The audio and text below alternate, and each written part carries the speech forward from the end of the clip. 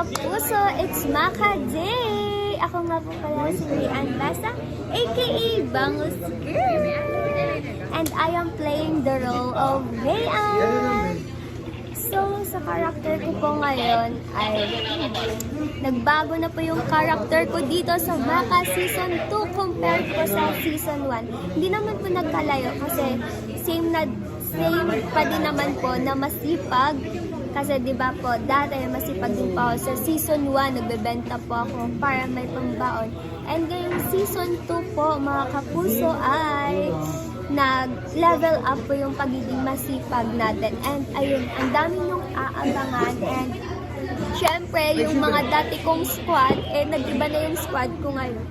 Kaya ang dami nyo pong aabangan dito sa Maka Season 2 na si Mayan, di ba? Kaya kung ako sa inyo, manood na po kayo mga kapuso ng Maka this February 1 na po.